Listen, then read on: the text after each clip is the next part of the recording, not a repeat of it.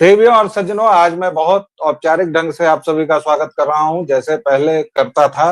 व्यालोक वाणी में आप सभी का स्वागत है और आज हमारे साथ अतिथि हैं डॉक्टर अमित सिंह। आपने इन्हें हमें हमारे बार देखा है, सुपरिचित हैं। आप जेएनयू में पढ़ाते हैं, अंतर्राष्ट्रीय संबंधों के विशेषज्ञ हैं और बहुत तीखी नजर रखते हैं भारत और उसके दूसरे देशों के साथ संबंध कैसे बदल रहे हैं, विश्व व्यवस्था कैसे परिवर्तित हो रही है, इन सभी चीजों पर।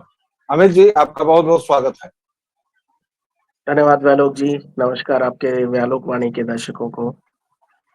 जी, जापान एक ऐसा राष्ट्र है जिसने द्वितीय विश्व युद्ध में नाकों चने चबवा दिए।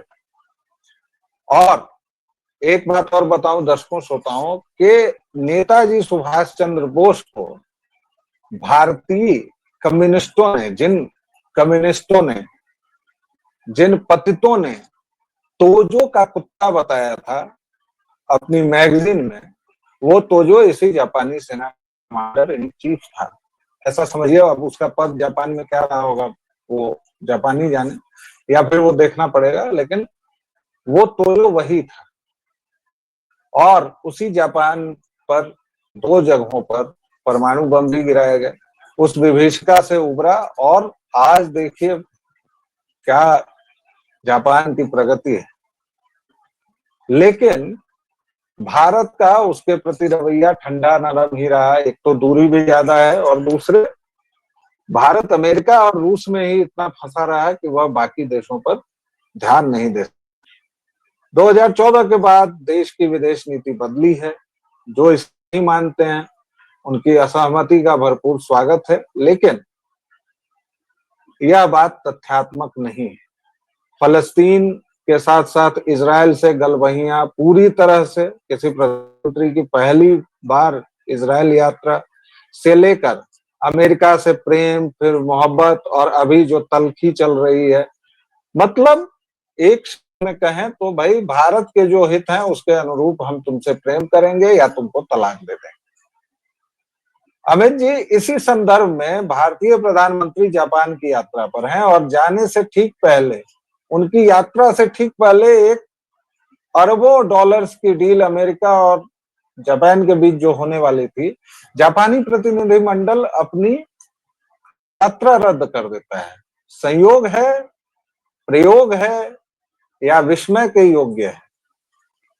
देखिए, मुझे लगता है सहयोग नहीं है, प्रयोग है, क्योंकि ये एक सोची समझी राजनीति के तहत जापान ने किया है। और क्योंकि मैं पहले भी बता चुका हूँ कि जिस प्रकार से अमेरिका पूरे विश्व को हाँकने की कोशिश कर रहा है, अमेरिका की जगह अगर मैं ट्रंप का नाम लूँ तो ज़्यादा उचित होगा, क्योंकि अमेरिका में भी ट्रंप को लेकर जो आम जनमानस है, उनके विचार बदल रहे हैं और उनको लग रहा है कि ट्रंप कहीं न कहीं अमेरिका को एक अंधेरे कुएँ में डाल रहे हैं। और इसलिए अंदर ही अंदर वहाँ बात भी चल रही है कि क्या ट्रंप को बीच में कुछ ऐसा हो जाए कि वो हट जाए और कोई और आ जाए। तो वो कवायद भी चल रही है और जेडी वेंच भी इसी मामले को लेकर जनता को संबोधित करते हुए उन्होंने बोला कि ऐसी कोई नौबत आएगी तो मैं तैयार हूँ और किसी भी समय हम सत्ता पर काबिज़ हो जाएँगे। तो ख़ैर ये एक अलग बात है, लेकिन मुझे लगता है जापान ने बहुत ही कैलिब्रेटेड तरीके से अपना अमेरिका का दौरा रद्द किया और भारतीय प्रधानमंत्री को न्योता भेजा और रेड कार्पेट वेलकम वहाँ किया गया उनका। और जो स्वागत नरेंद्र मोदी जी का वहाँ पे हुआ कि आम जापान की जनता सड़कों पर उमड़ कर आती है, उनको उनका स्वागत करती है। प्रवासी भारतीय भी बड़ी संख्या में आते हैं और मुख्य आकर्षण जो रहा कि जिस प्रकार से वैदिक मंत्रोच्चारण में नरेंद्र मोदी जी का स्वागत किया गया और इस पूरे दौरे में ये भी दिखाया गया कि भारत और जापान के संबंध ऐतिहासिक है, कई हजार साल पुराने हैं और सिर्फ बुद्धिज़्म का ही रिश्ता नहीं है, ये रिश्ता उससे बहुत आगे निकल कर जाता है। तो इस पूरे दौरे में वो सारी चीज़ें साफ तौर पर नज़र आई। ये बात बिल्कुल सही है कि जो भारत के वामपंथी हैं, उन्होंने नेताजी सुभाष चंद्र बोस को एक ज़माने में तोजो का कुत्ता बोला और उसका कारण यही था कि जापान पूरी तरह से इन साम्यवादियों को आँखें तरेड़ रहा था उस समय में, या उनको एक तरह से लगाम लगा के उनको औकात में जापान लेके आ गया था। और ऐसे समय में जब उन्होंने पूरे यूरोपीय ताकतों को साउथ ईस्ट एशिया से खदेड़ दिया था, और उसी समय कई सारे प्रवासी भारतीयों को इकट्ठा कर कर नेताजी सुभाष चंद्र बोस ने सिंगापुर में आईएनए का गठन किया था। उस समय सिंगापुर उस समय ब्रिटेन के आधिपत्य से निकलकर जापान के कब्जे में आ गया था, और वहीं पर जो ब्रिटिश सेना के लिए लड़ने वाले 2 लाख के करीब सैनिक थे, उन सैनिकों को बंदी ना बनाकर नेताजी के हवाले किया गया, और नेताजी ने भी जापानीज को कन्विंस किया कि आप भारत को आजाद कराने के लिए आईएनए की मदद करें, और हम लोग एक स्ट्रैटेजिक अलाई के रूप में काम करेंगे। तो जापानीज ने दिल खोल कर आईएनए की मदद की, और म्यांमार तक जापान का कब्जा हो चुका था। ब्रिटेन को उन्होंने वहां से भगा दिया था, और म्यांमार के रास्ते आईएनए नेताजी के नेतृत्व में नॉर्थ ईस्ट के माध्यम से एंटर करके हम लोग चाह रहे थे कि यहाँ से भी अंग्रेज भाग जाएं, लेकिन अनफॉर्चुनेटली तभी हिरोशिमा और नागासाकी की घटना हो जाती है, और उसकी वजह से आईएनए के का जो वो पूरा ऑपरेशन था, उसको भी धक्का लगा।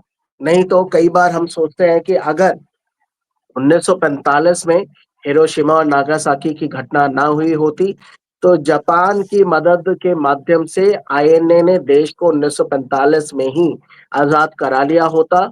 और अगर वो आजादी हमें उस समय मिल गई होती 1945 में, तो जिस प्रकार से अंग्रेजों ने 1947 तक धीरे-धीरे, क्योंकि उनको पता चल गया था कि अब भारत को आजाद करना ही पड़ेगा, तो भारत को में जो लूटपाट की और धीरे-धीरे धन संपत्ति को ब्रिटेन रवाना किया, वो नहीं हो पाता। भारत की अकूत संपत्ति यहीं रह जाती, और नेहरू जी का भी सपना पूरा नहीं हो पाता, और नेताजी के नेतृत्व में एक नए अभिमानी भारत का गठन होता, जिसमें ये होता कि ये आज़ादी हमने अपने दम पर छीन कर ली है, किसी के रहमो करम के माध्यम से या फेलिसिटेशन के माध्यम से नहीं मिली है। और शायद भारत का विभाजन भी ना हुआ होता अगर ऐसा होता। तो खैर, अब जो हो चुका वो हो चुका, लेकिन कहना मैं यही चाहता हूँ कि जापान और भारत का संबंध ऐतिहासिक है, हजारों साल पुराना है। भारत के स्वाधीनता संग्राम में भी आईएनए की मदद के माध्यम से और कई और स्ट्रैटेजिक मदद के माध्यम से जापान ने भारत की मदद ही की है। कोल्ड वॉर के दौरान भी जापान और भारत में मित्रता का दौर चलता रहा, और आज भी अ, भारत और जापान के लिए चाइना एक बहुत बड़ी समस्या बनकर खड़े हुए हैं, और उसको लेकर भी जापान और भारत ने कमर कस ली है चाइना को लगाम में रखने के लिए। और यही सारी बात अमेरिका भी जानता है, और इसलिए उन्होंने बोला कि क्वाड का निर्माण किया गया, और उन्होंने बोला कि ये 2 स्ट्रॉन्ग पिलर हैं। तो मुझे लगता है ये सारी चीज़ें हम लोगों को समझने की ज़रूरत है। अ, भारत की वो जो विदेश नीति है वो भली प्रकार से चल रही है। जापान हमारा स्ट्रैटेजिक एलाई है, बल्कि अच्छे खासे संबंध जापान के साथ चल रहे हैं। इस पूरे दौरे में हमने 67 बिलियन यूएस डॉलर अ, आने वाले 10 साल में जापान भारत में निवेश करेगा। ये एक प्राइवेट निवेश होगा, सरकारी निवेश अलग से होगा। तो अच्छी खासी जापान की इंडस्ट्रीज भारत में पनप रही है।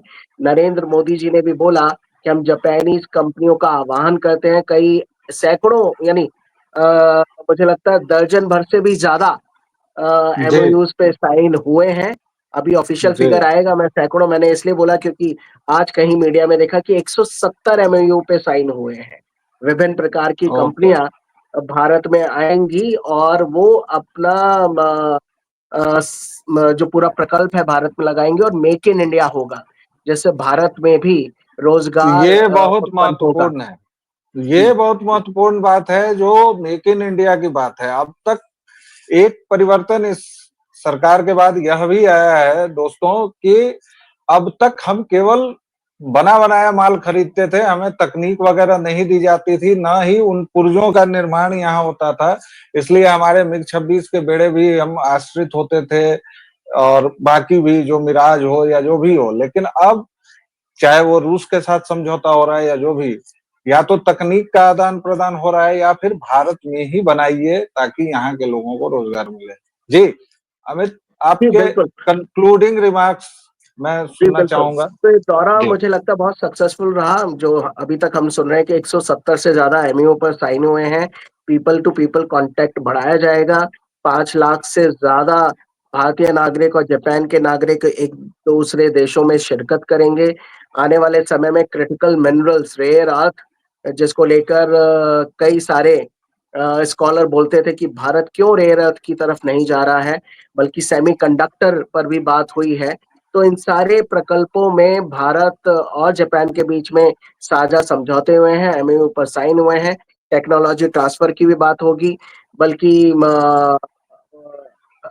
आर्टिफिशियल इंटेलिजेंस को लेकर भी इंडिया और जापान ने एक स्पेशल इनिशिएटिव को भी लॉन्च किया है। तो मुझे लगता है एक अच्छा खासा सक्सेसफुल विजिट रहा, जिसमें व्यापार के साथ-साथ सामरिक मुद्दों पर भी बात हुई है। ऑपरेशन सिंदूर की भी जापान ने सराहना की और पहलगाम के टेरर अटैक को पाकिस्तान से पोषित आतंकवाद को भी जापान ने कड़े शब्दों में निंदा की है और बोला है कि भारत के इस कदम में, आतंकवाद के खिलाफ कदम में वो भारत के साथ कंधे से कंधा मिलाकर चलेगा और कहीं न कहीं अमेरिका को भी इस विजिट से एक स्ट्रैटेजिक सिग्नल मिला है कि जापान और भारत को इग्नोर करते हुए वो चाइना पर लगाम नहीं लगा पाएँगे। तो मुझे लगता है बहुत जल्दी ही अ, अमेरिका भी अपनी फॉरेन पॉलिसी मुख्यतः टैरिफ पॉलिसी को रिकैलिब्रेट करेगा और जापान और भारत के लिए अमेरिका एक लेवल प्लेइंग फील्ड के माध्यम से संबंधों को सुधारने की बात करेगा। तो जापान का दौरा भी अमेरिका में होगा और ट्रंप भी भारत आएँगे और बाकी संबंध भी सुधरेंगे। जी, धन्यवाद। एक चीज़ आप दर्शकों को मैं ये बता दूँ चलते-चलते, एक कॉन्स्पिरेसी थ्योरी के मालिक ये भी कहना है कि मोदी जी वा जो हैं वो गए हैं जापान इसलिए क्योंकि बिहार में चुनाव है। ऐसा इसलिए भी कहा जा रहा है क्योंकि वहाँ से उन्होंने बुलेट ट्रेन की पहली झलक दिखा दी है जो चलेगी, कुछ ही दिनों में या महीनों में बुलेट ट्रेन का शुभारंभ शायद हो जाए। तो ये सब जो किया जा रहा है वो बिहार चुनाव के लिए किया जा रहा है। आप लोगों को चलते-चलते ये सोचने के लिए मसाला दिया है। इस पर सोचिएगा, हमें बताइएगा क्योंकि वार्तालाप कभी भी एक तरफ़ा नहीं होना चाहिए। ठीक है, हमने अमित जी को सुना, विशेषज्ञ हैं, इनकी बातें सुनी, लेकिन चलते-चलते ये मसाला इसलिए दिया है कि ये हर एक चीज़ को हम लोग किस तरह बिहार चुनाव से या हमारे सोचने की दिशा क्या हो गई है? चौतरफा जो डिजिटल कूड़ा, हालाँकि ये बात भी मैं यहीं बैठ के कह रहा हूँ, ये भी एक विडंबना है, लेकिन चौतरफा जो हम लोग कर रहे हैं, ट्विटर से, इंस्टा से, फलाना से, ढिमाका से, शायद हम कभी अकेले होते ही नहीं हैं। और इसीलिए आप देख रहे होंगे कि जिस भारत में कभी रोड रेज नहीं होता था, हम लोग बड़े सन्यासी प्रवृत्ति के, बड़े आराम वाले लोग होते थे। बनारस और मिथिलांचल ये तो खैर उदाहरण होता था कि लोग दोपहर में दुकान बंद कर देते हैं कि भाई सोने दो, विश्राम सबसे बड़ी चीज़ है। कहीं कोई जल्दी नहीं थी, लेकिन अब देखिए रोड रेज हो रहा है, अब देखिए कि बात-बात पर झगड़े हो रहे हैं, हिंसा बढ़ रही है। तो इन सवालों पर ज़रूर सोचिएगा और विदेश नीति के लिए हमारे पास डॉक्टर अमित सिंह हैं ही। व्यालोक वाणी पर आपका स्नेह, प्रेम और प्यार जैसे बरस रहा है, प्लीज़ बरसाते रहिए, इसको रोकिएगा मत। लाइक, शेयर और सब्सक्राइब करते रहिए। एक विराम के बाद फिर मिलेंगे, तब तक के दीजिए आज्ञा। जय सिया राम। जी, नमस्कार और बुद्धिस्ट सर्किट के लिए भी अच्छा पैसा आया है, वो बिहार में ही है। जी। हाँ, अरे!